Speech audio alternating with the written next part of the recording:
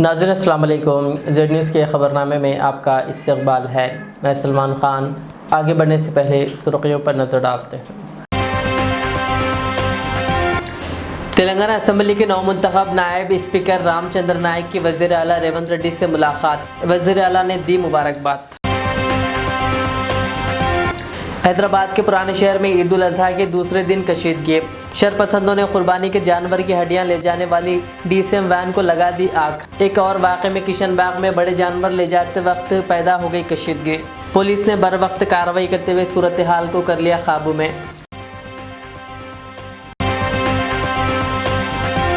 सूर्यापेट में 45 इलेक्ट्रिक बसों को आज वुज़रा ने झंडी दिखाकर किया रवाना। तहकीकाती कमीशन ने कालेश्वरम प्रोजेक्ट के सिलसिले में हरीश राव से किए सवालात। इसके बाद हरीश राव ने मीडिया से की बातचीत। तेलंगाना RTC ने बस पास चार्जेस में कर दिया इजाफा, जिसका असर आम मुसाफिरों और साथ ही साथ तलबा पर भी पड़ेगा। मरकजी वज़ीर दाखिला बंडी संजय ने करीमनगर जिले में 36.3 करोड़ रुपए की लागत से पानी की बेहतरी की स्कीम का रखा संग बुनियाद। ट्रिमर के जरिए बरक़ी शॉक लगने से एक 32 साला नौजवान हलाक। जगतियाल जिले के मुंजमपल्ली गांव में अफसोसनाक वाक़या। अब पेश है खबरों की तफसील। तेलंगाना असम्बली के नवमुंतखब नायब स्पीकर MLA रामचंद्र नायक ने वज़ीर आला रेवंत रेड्डी से इनकी जुबली हिल्स में वाक़ रिहाइश गाह पर मुलाकात की। ये मुलाकात इनके नायब स्पीकर के अहदे पर फायज होने के बाद की गई। वज़ीर आला रेवंत रेड्डी ने नवमुंतखब नायब स्पीकर को दिली मुबारकबाद पेश की।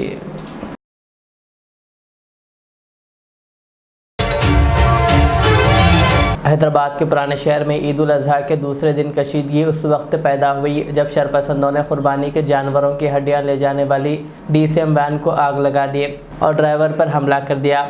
ये वाक़या जलपल्ली रोड पर पेश आया। सैबराबाद पुलिस कमिश्नर अविनाश मोहंती और मजलिस के MLC मिर्ज़ा रहमत बेग ने मौके पर पहुंचकर हालात का जायज़ा लिया। उन्होंने मुकामी आवाम से पुरअमन रहने की अपील की और यकीन दिलाया कि वाक़े में मुलव्विस अफराद के ख़िलाफ़ सख्त कानूनी कार्रवाई की जाएगी।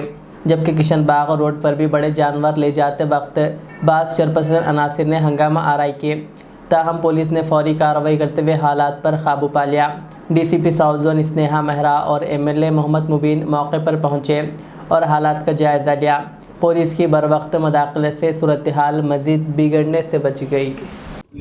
ये थोड़ी देर पहले इधर मैलारदेवपल्ली PS लिमिट्स में एक ये DCM गाड़ियों में ये जानवरों के हड्डियां कैरकस लेके जा रहे थे, तो कुछ लोग उसको रोक के उन लोग को जो ले जा रहे थे उनके ऊपर अटैक किए और गाड़ियों को भी जलाने का कुछ कोशिश किए, डैमेज भी किए। तो इमीडिएटली जैसे ही पुलिस को इन्फॉर्मेशन आया तो आके उनको डिस्पर्स करना और वो फायर स्टाफ भी आके गाड़ियों का जो भी आग लग गया था उस पर उसको कंट्रोल करना किया गया। उसके बाद जो भी क्राउड गैदर किया था उसको डिस्पर्स किया गया। जो कुछ लोग ये इंसिडेंट में इन्वॉल्व थे उनको कस्टडी में भी लेने को लिया गया है अभी तक, और बाकी भी पूछताछ चल रहा है। बाकी जो इन्वॉल्व है उनके ऊपर एक्शन लिया जाएगा। इसमें गाड़ियाँ सिटी में बहादुरपुरा से होके शुरू होके इधर जलपल्ली जा रहे थे ये डंप करने के लिए मटेरियल को, तो उसी टाइम इधर ये लक्ष्मीगुड़ा के पास यहाँ ये रोका गया। तो इसमें जो जिसको रोका गया और जिन पर अटैक किया उनसे कंप्लेंट लेके FIR किया जा रहा है और आगे का जो भी कानूनी कार्रवाई है वो फॉलो किया जाएगा। पहले भी पुलिस बोला है जो भी है जो भी ग्रुप का कोई भी इशू है तो वो पहले पुलिस को आप इन्फॉर्म करें, जो कानूनी कार्रवाई है हम करेंगे। कोई भी अपने हाथ में सिचुएशन को या कानून को लेके करने से फिर दिक्कत पैदा होती है, तो ऐसा होगा तो फिर हमको सख्त कार्रवाई करना पड़ेगा। तो उस हिसाब से जो करना है हम करेंगे। अभी आगे का जो कानून कार्रवाई वो फॉलो होगा। सर अभी सिचुएशन कैसी? अभी तो कुछ नहीं, अभी लोग भी डिस्पर्स हो गए, फोर्स भी अभी एरिया में है, कोई ऐसा कोई सिचुएशन नहीं है, माहौल अच्छा है। Thank you sir. Thank you sir अभी यहाँ पे कोई जानी नुकसान कुछ हुआ क्या, क्योंकि एक जने को जला दिए करके भी रोमा नहीं नहीं, ऐसा किसी को कोई जलाना ऐसा नहीं हुआ। इंजर्ड हुआ कुछ इंजरी हुआ है कुछ लोगों को, वो हम मेडिकल रिपोर्ट के लिए भेजे हैं। वो जैसा वो रिपोर्ट आएगा उसके हिसाब से आगे कार्रवाई सर करेंगे। अत्तापुर पे भी इसी तरह का कुछ इशू हुआ करके वहाँ कितने हुए? हाँ, वहाँ भी एनएम गुड़ा में वही बहादुरपुरा से कुछ जानवर लेके जा रहे थे, तो वहाँ रोका गया उनको, और उधर भी थोड़ा दो ग्रुप्स के में झगड़ा हुआ, उसमें भी वो गाड़ी को थोड़ा डैमेज किए। तो उधर भी पुलिस इमीडिएटली पहुंच के सिचुएशन में लोगों को डिस्पर्स किया सबको। और अभी तो वहाँ भी कोई प्रॉब्लम नहीं है। जो कानूनी कार्रवाई है केस रजिस्टर करके आगे करेंगे। रीमर्स के बारे में पब्लिक को लिए क्या बोलेंगे?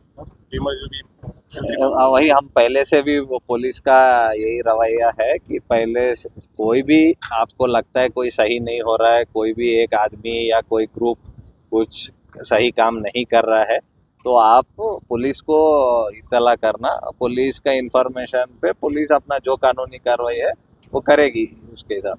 लेकिन कोई भी अपने हाथ में कुछ सिचुएशन को लेके या काम को लेके कुछ प्रॉब्लम्स करने की कोशिश किए तो फिर उससे प्रॉब्लम पैदा होता है, फिर हमको उस पर सख्त कार्रवाई करना पड़ता है। सूर्यापेट डिपो को मंजूर शुदा 81 बसों में से 45 इलेक्ट्रिक बसों को आज नायब वज़ीर आला भट्टी विक्रमार्का और वज़ीर पुन्नम प्रभाकर ने झंडी दिखाकर रवाना किया। इस मौके पर वुज़रा ने कहा कि बदलते हुए दौर की ज़रूरियात के मुताबिक आरटीसी को जदीद बनाया जा रहा है और ख़वातीन के लिए मुफ्त बस सफ़र की सहूलत आरटीसी को संभालने में अहम साबित हुई है। उन्होंने मज़ीद कहा कि साबिक़ हुकूमतें आरटीसी को ख़त्म करना चाहती थी, मगर मौजूदा अवामी हुकूमत इसे मुकम्मिल ताउन दे रही है। हैदराबाद ORR पर 2800 इलेक्ट्रिक बसें चलाई जाएंगी, जो आलूदगी के ख़ात्मे की समेत अहम कदम है। उन्होंने कहा कि महालक्ष्मी स्कीम के तहत 182 करोड़ मुफ्त टिकटें दी गई और आरटीसी को हुकूमत की जानिब से 6088 करोड़ रुपए की माली मदद दी गई।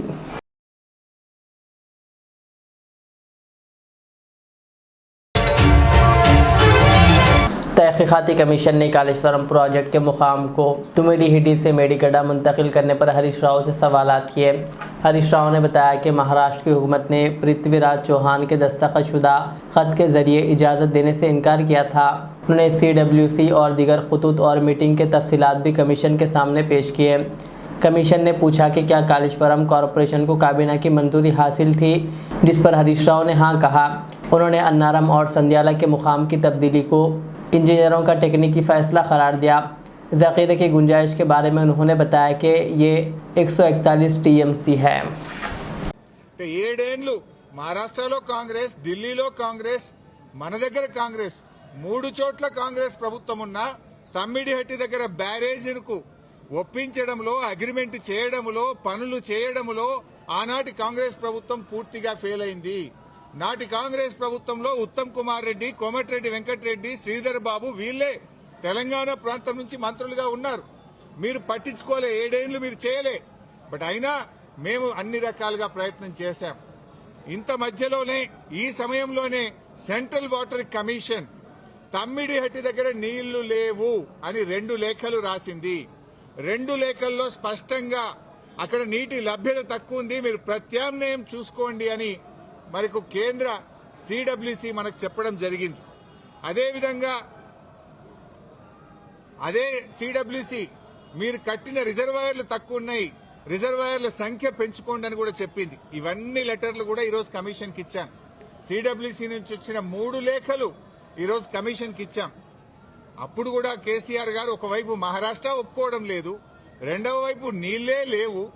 ఈ పరిస్థితుల్లో ఏం చేయాలని కేంద్ర ప్రభుత్వ సంస్థ వ్యాప్కోస్ కు కేసీఆర్ గారు మరి ఏం చేయాలో ప్రత్యామ్నాయం సూచించండి అని వ్యాప్కోస్ కు మేము ఇవ్వడం జరిగింది. వ్యాప్కోస్ ఎవరో అల్లాటప్ప సంస్థ కాదు, అది CWCలో అంతర్భాగము, కేంద్ర జలవనరుల శాఖలో అంతర్భాగము. ఆ వ్యాప్కోస్ కి ఇస్తే వ్యాప్కోస్ లైడార్ సర్వే చేసి డీటెయిల్డ్ గా ఎగ్జామిన్ చేసి మాకు మేడిగడ్డ దగ్గర నీటి లభ్యత ఉంటది, అక్కడ ప్రాజెక్టు కట్టుకోండి అని వ్యాప్కోస్ అనే సంస్థ చెప్పింది. ఆ వివరాలు కూడా కమిషన్ కి అందించాం. సో వ్యాప్కోస్ నివేదిక మేరకు, సెంట్రల్ వాటర్ కమిషన్ సూచనల మేరకు మహారాష్ట్ర ఒప్పుకోకపోవడం వల్ల మన ఇంజనీర్ల రికమెండేషన్ మేరకు ఆనాడు రాష్ట్ర ప్రభుత్వం నీళ్లు లేని చోట నుంచి నీళ్లున్న చోటకు మేడిగడ్డ ప్రాజెక్టుకు రూపకల్పన చేశాం. మీరు ఆనాడు నీళ్లు లేని చోట ప్రాజెక్టు ఇరికిచ్చే ప్రయత్నం చేసినారు. 7 ఏళ్లలో మహారాష్ట్రాన్ని ఒప్పించలేకపోయారు. అక్కడ వైల్డ్ లైఫ్ ప్రాజెక్టు కూడా ఉంది. చాప్రాల్ అనే వైల్డ్ లైఫ్ ప్రాజెక్టు కూడా తమ్మిడిహెట్టి దగ్గర ఉంది. వైల్డ్ లైఫ్ ప్రాజెక్టుకి అనుమతి రావాలంటే 10 ఏళ్లు అవుతుంది. మరి పోరాటాల నుంచి నీళ్ల కోసం ఉద్యమించిన తెలంగాణ ప్రభుత్వం నీళ్ల కోసం మేము వ్యాప్కోస్ యొక్క ఆలోచన మేరకు సూచనల మేరకు నీళ్లు లేని చోట మీరు ప్రాజెక్టు ప్రతిపాదిస్తే నీళ్లు ఉన్న చోటికి మార్చడం జరిగింది.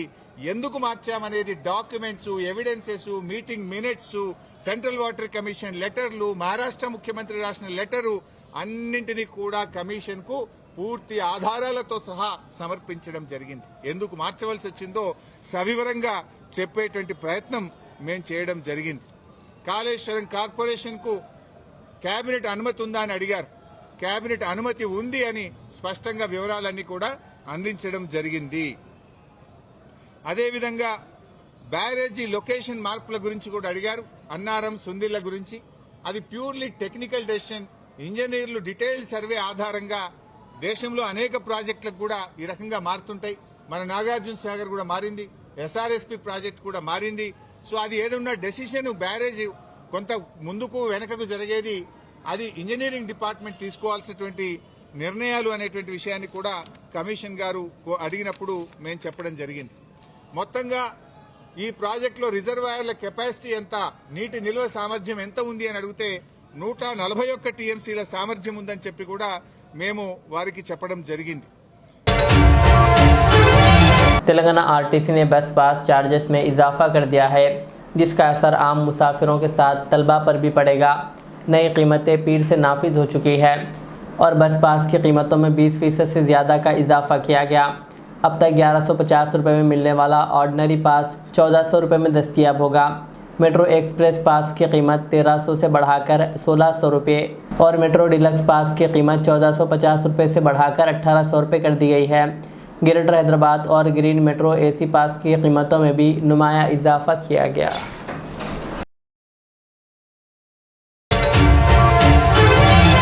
मरकज़ी वज़ीर दाखिला बंडी संजय ने कहा कि अमृत 2.0 स्कीम के तहत मुल्क भर के शहरी इलाकों में पीने के पानी की फराहमी के लिए मरकज़ी हुकूमत 2,99,000 करोड़ रुपए खर्च कर रही है। तेलंगाना के करीमनगर ज़िले के एक विलेज में उन्होंने 36.3 करोड़ रुपए की लागत से पानी की बेहतरी स्कीम का संग बुनियाद रखा, जिसमें पाइपलाइन, वाटर सम्प और दीगर तामीराती काम शामिल है। उन्होंने बताया कि अमृत 1.0 स्कीम के तहत मरकज़ी हुकूमत ने 50,000 करोड़ रुपए खर्च किए और अब तक मुल्क में 1,34,00,000 पानी के कनेक्शन और 1,02,00,000 सीवरेज कनेक्शन फराहम किए जा चुके हैं। उन्होंने बताया कि अमृत 2.0 स्कीम 5 साल के लिए है, जिसमें मरकज़, रियासतों और बल्दी इदारों के इश्तराक से 2,99,000 करोड़ रुपए खर्च किए जाएंगे, जिनमें से मरकज़ का हिस्सा 76,700 करोड़ रुपए होगा।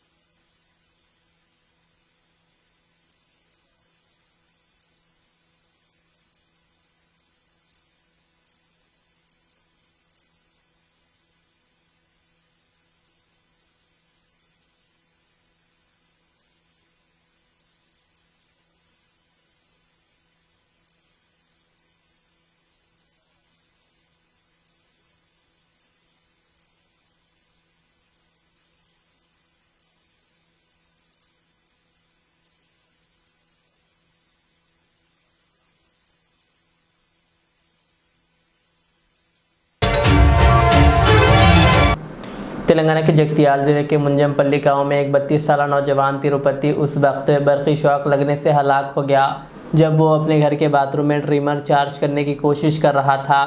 पुलिस के मुताबिक तिरुपति को शॉक लगने के बाद इसके अरकान ख़ानदान ने उसे फौरी तौर पर धर्माराम अस्पताल मुंतकिल किया, जहां से बेहतर इलाज के लिए करीमनगर के खानगी अस्पताल ले जाया गया, लेकिन डॉक्टरों ने उसे मुर्दा करार दिया। पुलिस ने मुकदमा दर्ज करके इस सिलसिले में तहक़ीक़ात शुरू कर दी है।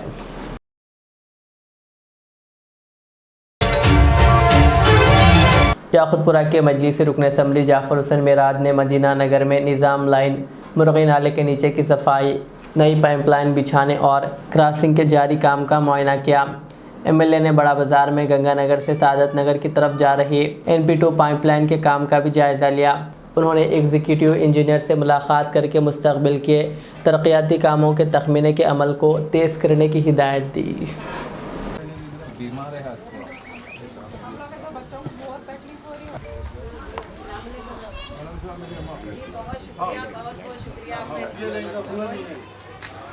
ये जो लाइन आ रही है बाजू की लाइन का इसमें फ्लो नहीं है, ये जो आ रहा है इसमें क्या जा रहा है तो वो जो है ना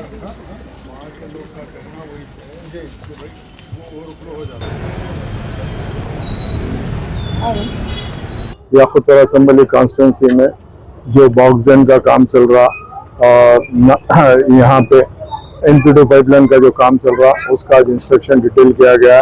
मदीना नगर में एक बॉक्स डैम का काम चल रहा जो मुर्गी नाले के नीचे जो निज़ाम की लाइन आ रही थी उस लाइन को क्लियर करते हुए वहाँ पर पाइप डाल के क्रॉसिंग करने का काम चल रहा, उसका डिटेल इंस्पेक्शन किया गया। और एक जो बड़ा बाजार याकुतपुरे के ऊपर जो NP2 पाइपलाइन का काम चल रहा है जो गंगानगर की तरफ से आ रहा आके सादत नगर को जो जा रहा है उसका भी डिटेल इंस्पेक्शन किया गया है। मेरे साथ में रेन बाजार कारपोरेटर वासिफुद्दीन साहब, एग्जीक्यूटिव इंजीनियर GHMC एकम्बरम साहब और जनाब जुनैद साहब कॉन्ट्रैक्टर और अबीद मिल्लत की क़यादत के अंदर मजलिस इत्तेहादुल मुस्लिमीन कामों को तेज़ी से आगे बढ़ाने के लिए भरपूर कोशिश कर रही है। उसी के सिलसिले में आज हमने पूरा डिटेल इंस्पेक्शन किया है। अल्हम्दुलिल्लाह काम तेज़ी से चल रहा है और आइंदा जो काम को दुश्वारी आ रही है और जिसको आगे काम के लिए और भी अगर कोई चीज़ नाले की ज़रूरत है तो उसका टेंडर इमीडिएट बुलाने के लिए, एस्टिमेट बनाने के लिए हमने EE साहब को बोला है और इंशाअल्लाह ताला वो कामों को भी हम तेज़ी से टेकअप करके आगे बढ़ाएंगे। बहुत बहुत शुक्रिया।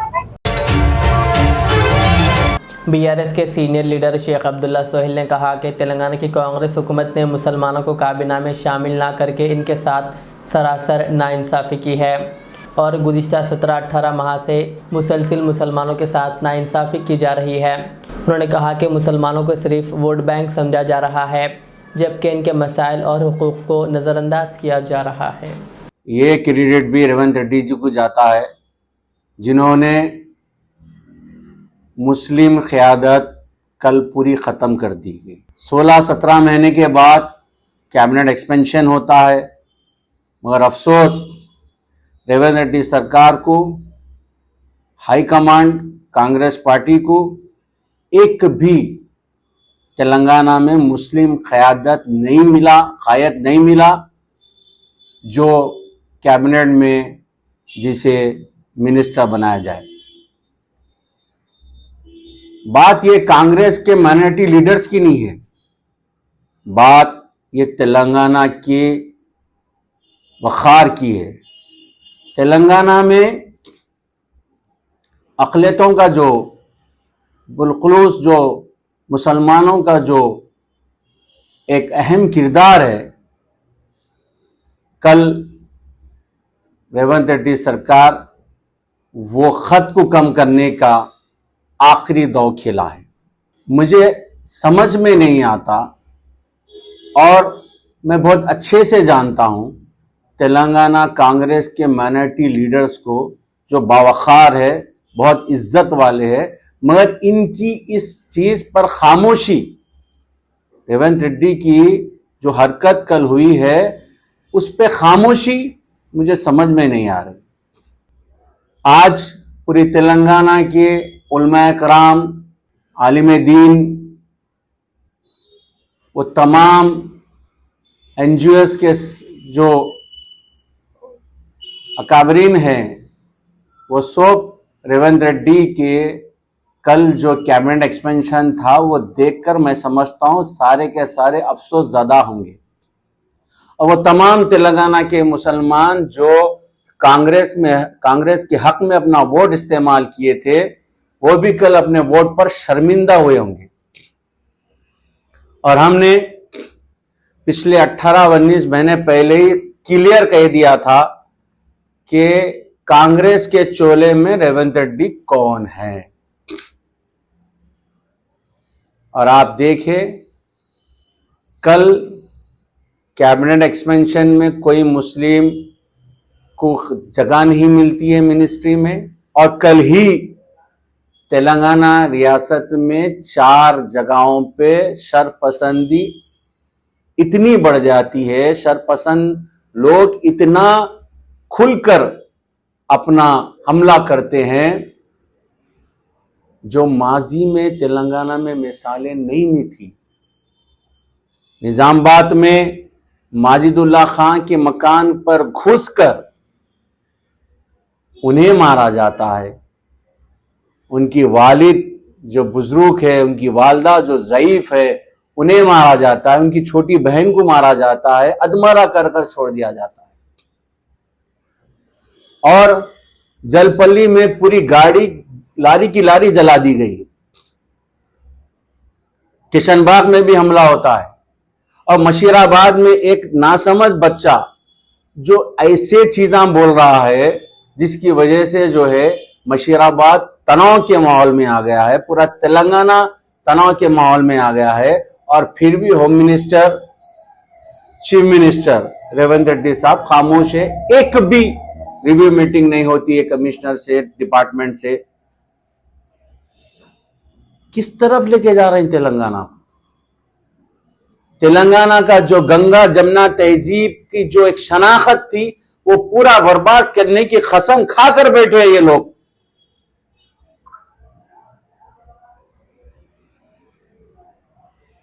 ये बाजार कांग्रेस सरकार की चीफ मिनिस्टर बन के बैठे हैं।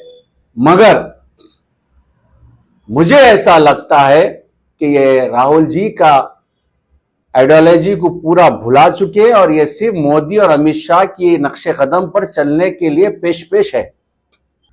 केसीआर साहब ने जिस तरह से 10 साल में अक़लियतों के साथ जो हमदर्दा रवैया अख्तियार किया था, उनकी सियासी, उनकी तालीमी, उनकी माशी, ये तीनों अक़लियतों को जो है इसमें बराबर का हिस्सा मिलना, जिस तरह से उन्होंने अपनी हिकमत इख्तियार की थी, आज वो पूरी तेलंगाना में कहीं नजर नहीं आती। मुझे अफसोस के साथ कहना पड़ रहा है कि आने वाले दिना तेलंगाना में बहुत सख्त और बहुत मुश्किल के होने वाले हैं।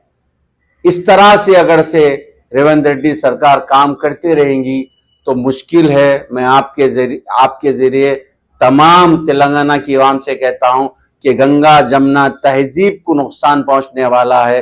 बाबा साहब का जो आइन था, जो वो आइन को नुकसान पहुंचने वाला है और ये यही सरकार में पहुंचेगा। यहां बीजेपी की सरकार नहीं है, मगर उन्हीं का काम चल रहा है तेलंगाना में। मैं बीआरएस पार्टी की जानिब से आप सबके साथ ये कह देता हूं कि केसीआर साहब, केटीआर साहब और पूरी बीआरएस पार्टी हमेशा आपके साथ खड़ी है। आपके हक के लिए हम हमेशा हर जगह अपनी आवाज उठाते रहेंगे। आखिर में सुर्खियां और एक बार। तेलंगाना असेंबली के नवमुंतखब नायब स्पीकर रामचंद्र नायक की वज़ीर आला रेवंत रेड्डी से मुलाकात। वज़ीर आला ने दी मुबारकबाद। हैदराबाद के पुराने शहर में ईद उल अजहा के दूसरे दिन कशीदगी। शरपसंदों ने कुर्बानी के जानवर की हड्डियां ले जाने वाली डीसीएम वैन को लगा दी आग। एक और वाक़े में किशनबाग में बड़े जानवर ले जाते वक्त पैदा हो गई कशीदगी। पुलिस ने बर वक्त कार्रवाई करते हुए सूरत हाल को कर लिया काबू में।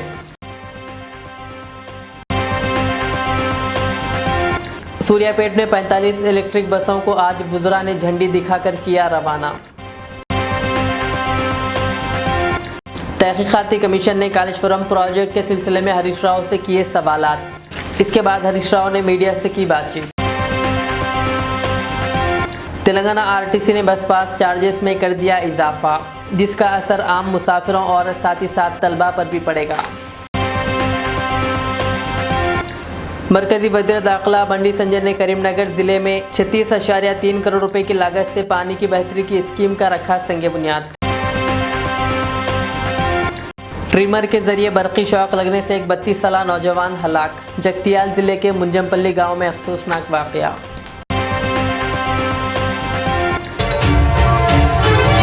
ये थी आज की दिन भर की हमारी खबरें। मुझे इजाज़त दीजिए। हमारे इस चैनल को यूट्यूब पर सब्सक्राइब, फेसबुक पर लाइक शेयर ज़रूर करें। अल्लाह हाफिज़। Modern trends readymade menswear collection पेश करते हैं आपके लिए आला अक़साम व मियारी मलबूसात।